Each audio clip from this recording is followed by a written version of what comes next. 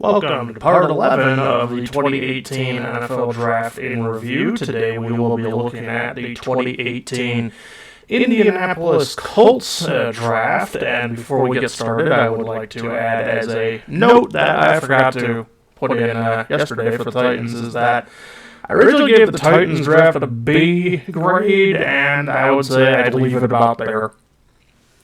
Decent class, but could have been a little better for them, I think.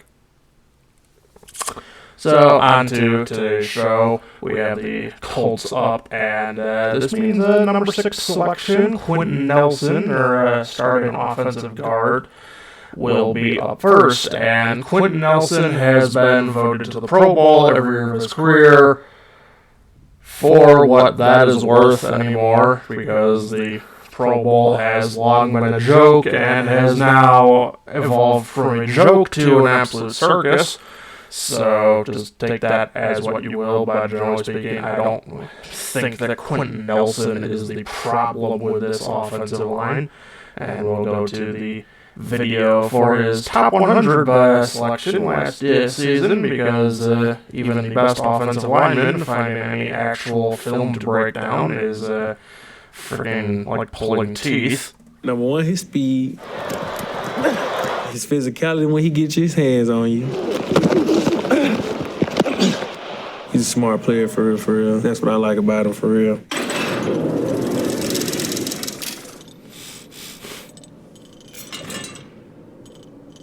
Yeah, Quinn's huge. I mean, just a huge human being, putting guys in the dirt. One time in practice, I ran into him. He didn't flinch, but I felt like I got hit by a car. Like, that's what you don't see with a lot of big men. You got to go down the field 40 yards down the field, because you got to line up again and go against the same people. He makes contact with his first block right here. You get to see his key and like, okay, he's gone. Who do I need to get to? And he's not searching. He's like, oh, I found my key, I'm going to get to that person. That's what you really want to see in an offensive lineman. That gets that full. You're a safety. You don't want to see that coming downhill at you. A small guy in that backfield. What you don't want to see is a 330-plus man come get you. You see him back, probably. Oh, no, I'm good. Exactly. Did you see me ahead of you? Yeah. I was all the way in the end zone, and you got caught. So. If you look at the ball carrier and, they're running with the ball down the field, he's running right behind them every time to help them finish the play and be the first one to help them up when they, get tackled. He's a mauler, but he's also, he's technical. His fundamentals are great. That's what makes him the kind of player he is.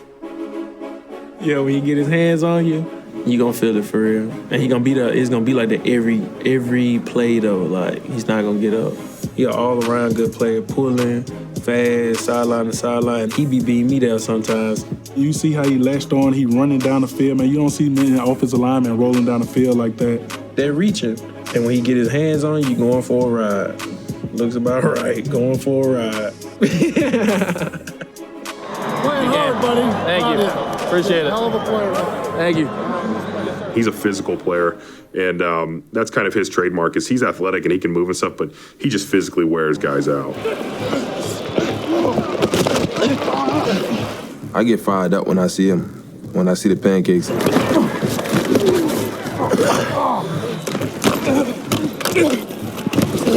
You good? Yes, sir. Yep. I'm like, I never let nobody do that to me. After giving up just 1 sack in 2021, it's no wonder Quentin Nelson is the top-ranked guard on the players list. He loves the game, and he shows it. Technique. As I said, Quentin Nelson, he's not the problem with this Colts offensive line. They were horrible this past season, basically every time I saw them. But like I said, you just see it right there. 78 games played, 78 started. He is not the issue here. And we'll go over to him on this one just to see the how many games he's missed out of that. Yeah, you see that right there. He's only missed about three or four possible games in his career. And he is one of the game's best offensive guards.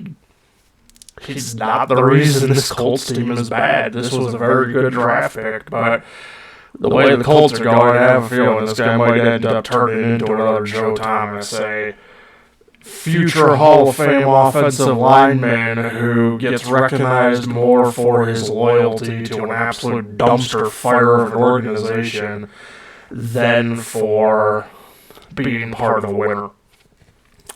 So, we'll now go back to the drawing board with Shaquille Leonard. I mean, come on, what can I really say here? Shaq Leonard is one of the best linebackers in the game. He's had an absolutely obscene beginning to his career. Even with the amount of time he's missed, there's at least a game every season. Last year was particularly unlucky, just a injury, another injury, complication to the first injury. He just eventually had to go down for the overall just get healthy, come back next year treatment. And as we saw, the Colts defense did kind of suffer for that, because you're taking away a guy that can do what we're seeing in statistical categories of everything else through his career. And a linebacker gets usually multiple interceptions, can return them in reasonable ways, always has his hands up to deflect balls, he can punch the ball out, very good at recovering them, not so good at returning them, but fumbles, 50-50 shot if you're going to get that opportunity. The absurd tackle numbers. The one area that he doesn't do so hot in, and what really surprises me, is pass rushing. He only has 15 career sacks, and he hasn't gotten one since 2020. So I would kind of hope to see him get a little more involved in that aspect of the game again, but now it's basically, let's just have some fun. Let's watch him demolish some fools. Alright, let's see. Turbo Machine All-Pro 2021 season. And now please welcome Adam Montoya. Unskippable ads, don't you love them? But I will not use an ad blocker. Even for a team I hate, Wilson under center sends a player in wide motion to the left side. They're going to hand off to Chris Carson. He lost the ball. There's a fumble. It's available at the 45-yard line. Who's got it? The officials say the Colts do. Darius Leonard comes in and does a good punch there. You know, that's the sort of thing I first started noticing with Charles Tillman. Now it's like everybody does it. Ball carriers still haven't quite learned to not put the ball out for that kind of shit. Leonard goes to the ground and gets it back. It was David Quessenberry who forced the fumble. Leonard right there to scoop it back up. 8th career interception for the Maniacs. A lot of linebackers will drop that. So, to throw. He's hit and somehow gets out of a sack. Rolls to his right, still looking. He's hit as he throws. The ball is out. It's picked up by the Colts. It's Darius Leonard inside the 15, and he's pushed out of bounds. Cannot put the ball out of the ground as a quarterback. You know, there comes the time of stop looking, either throw it away or go down. The rookie out of Stanford on play action, deep drop on first down. Heaves it over the middle, picked off. Darius Leonard, the maniac, and he's going to be trapped over the middle on this Colts team. Darius Leonard. And the Colts finally have their first takeaway of the ball game. Darius Leonard with the INT. Bill's out of the gun, and he's going to hand off to Johnson. Starts right now. He's going to cut off a block left side. He may have lost the ball late.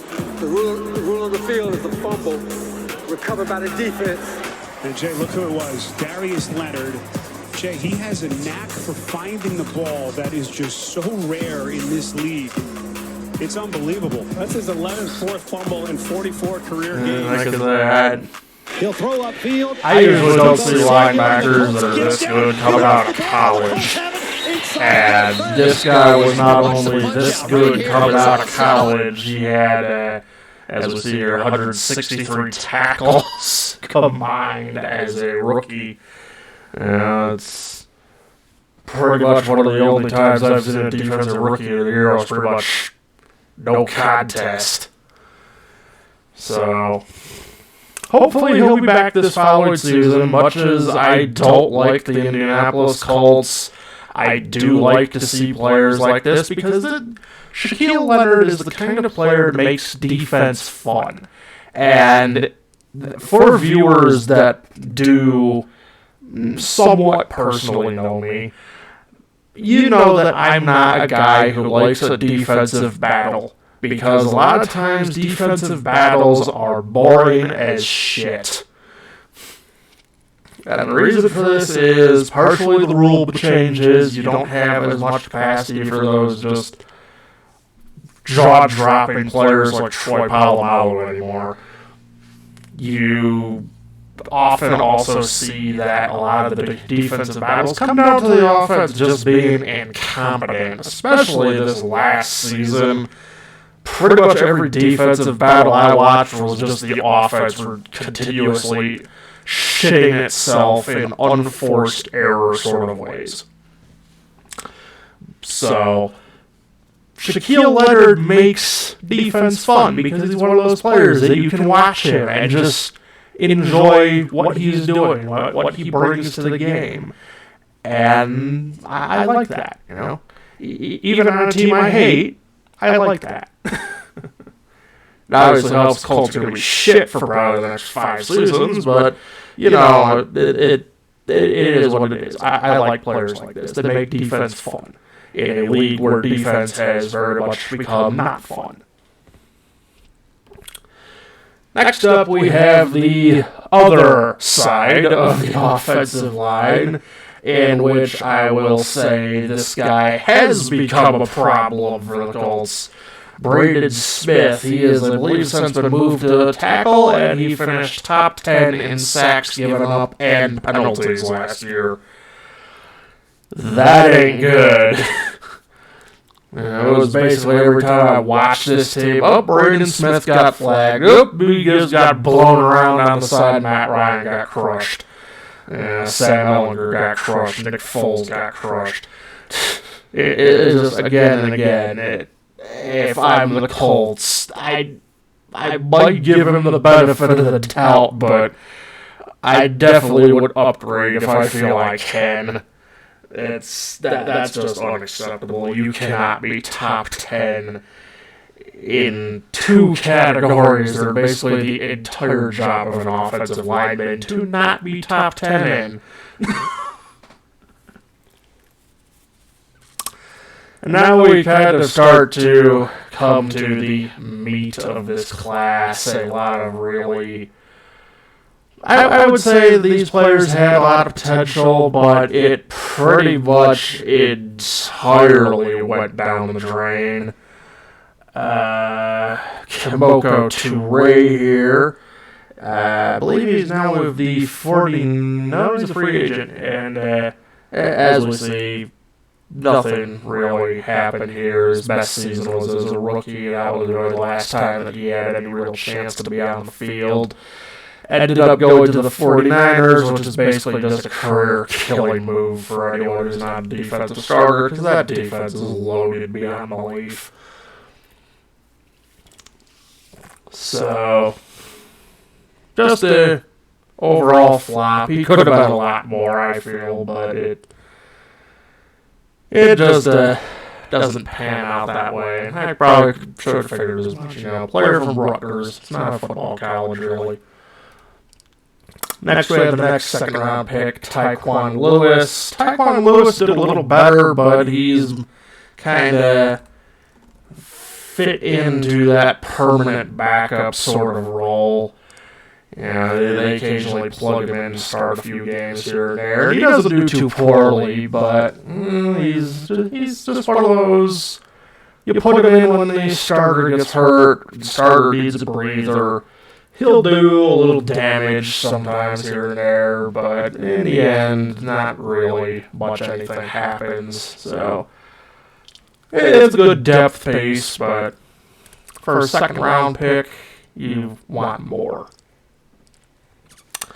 Now we go to the fourth round, running back Nyheim Hines, and Hines has been one of those players that strikes me a lot like Duke Johnson used to.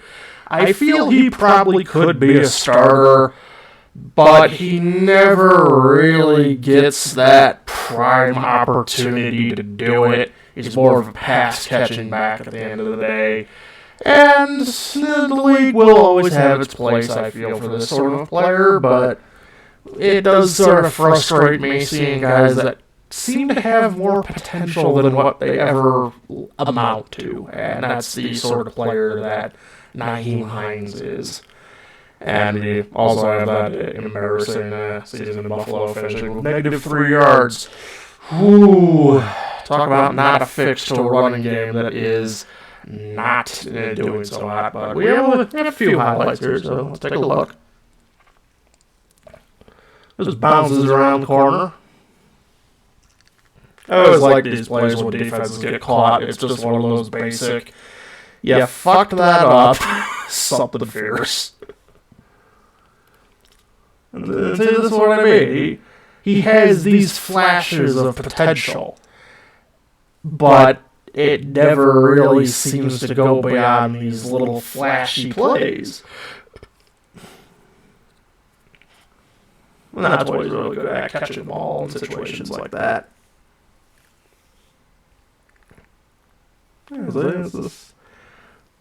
I think if he could maybe get himself to a team that doesn't have a clear starting running back and maybe the willingness to potentially accept the risk of a substandard running game, he could be a starter. But at the same time, I kind of feel it's just going to end up the same way that Duke Johnson did, in that he's just going to be that third down pass-catching back for the rest of his career. Nothing wrong with that. It resulted in some fun plays to watch, but at this point, if you've been watching along with this, you know that kind of frustrates me, seeing players that clearly have more, but never really emerge as more. So, moving along, we will go on to the next play. Wide receiver Darius Fontaine, and this guy's got to be what. There's probably going to be a couple of these basically every single class that I do. This is one of those guys that had a chance and completely botched it. When he came in, the Colts were light on receiver. They still are. And he still did absolutely nothing with it, 2 catches his entire career so far. I'm just kind of surprised that he's still on a practice squad, and the fact that he can't even get off a practice squad, the Bears are light on receiver themselves, and you can't establish yourself in a group that is giving N'Keal Harry significant playing time.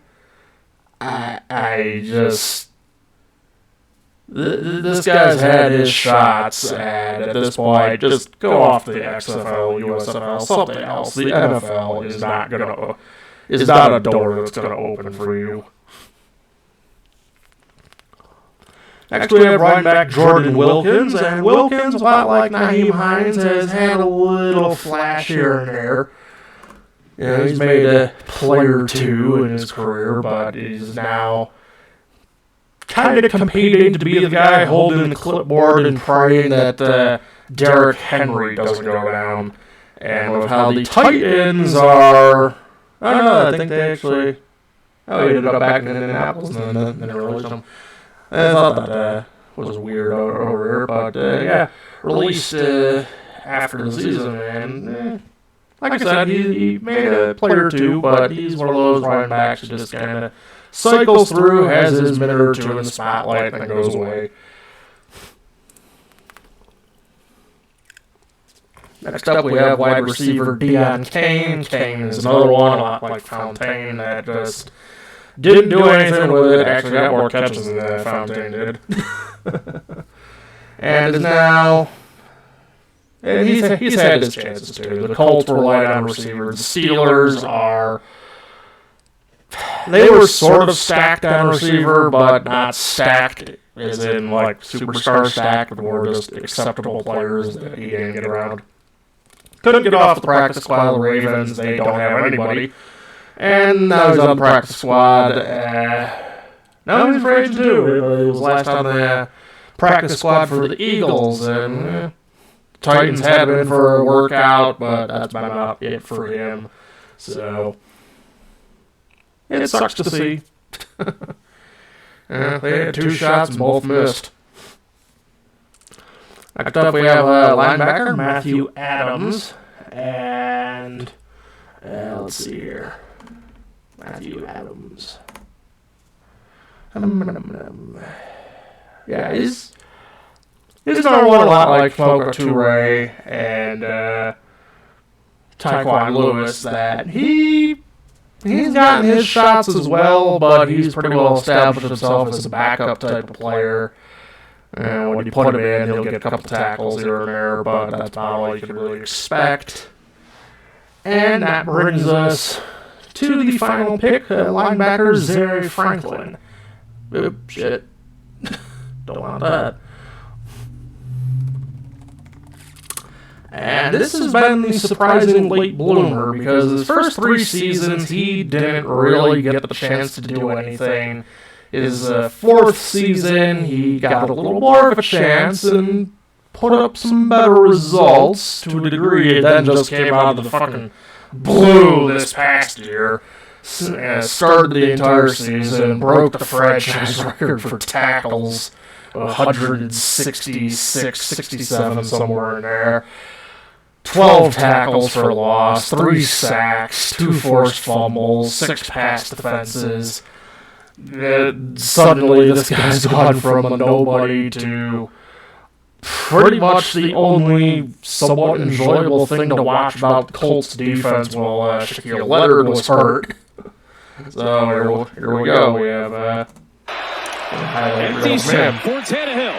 Under pressure. Able to step away. And is short of the first down. Zaire Franklin stopped him from getting to the sticks. Tannehill can be tricky to tackle sometimes.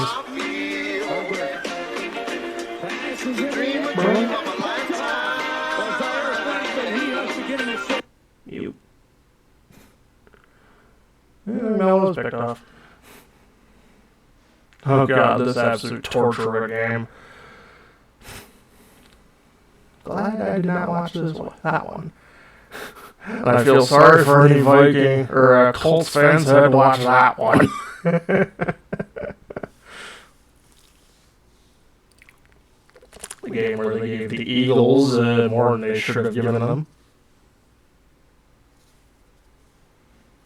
He seems to be one of those linebackers, does very well in playing almost like a safety in a way. He doesn't actually seem to be quite as big as some other linebackers I've seen. At least in the inside linebacker sort of position. But I am seeing a lot of that in this, is that Franklin has a lot of time to get to the play because he's the only one who can make the play. That's really a big factor, I would say, why the Colts were so bad this past year. The defense was not doing them any favors on top of a offense that was just putrid. Though I at least did stay away from Jonathan Taylor in fantasy football, so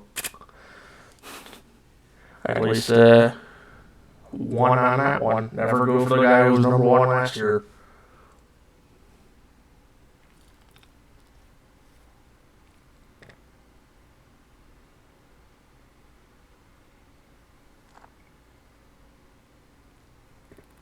Getting Tannehill in. like I said, I just keep seeing it. He had to make so many plays. And to a degree, that's really the only way you're going to set a single-season record for franchise tackles, but it is really painful to watch a name just come up again and again and again because no one else seems to want to make a play. So, with Leonard presumably back this upcoming season, we'll probably see Franklin somewhat maybe reduced role. We'll see what goes on with that, but overall, he's one of 4 players out of this class that turned into something. The rest just kind of didn't pan out the way that really I thought they would. I originally gave this class an A+, and I would say I'd bring it down a notch or two to an A or an A-. Because in the end, you still have Quentin Nelson, Shaquille Leonard. You've drafted 2 guys that are probably going to end up going to the Hall of Fame here.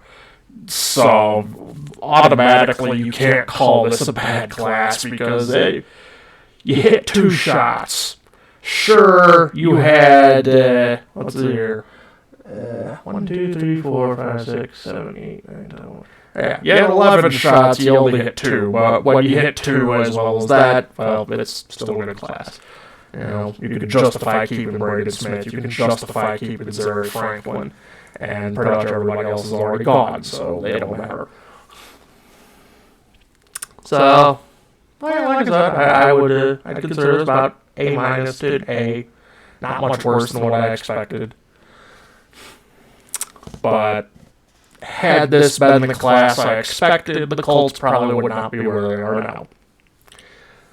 So, subscribe to the channel, leave a like, hit the notification bell, follow me on Twitter, and I will see you tomorrow to conclude the AFC South with the 2018 Houston Texans draft.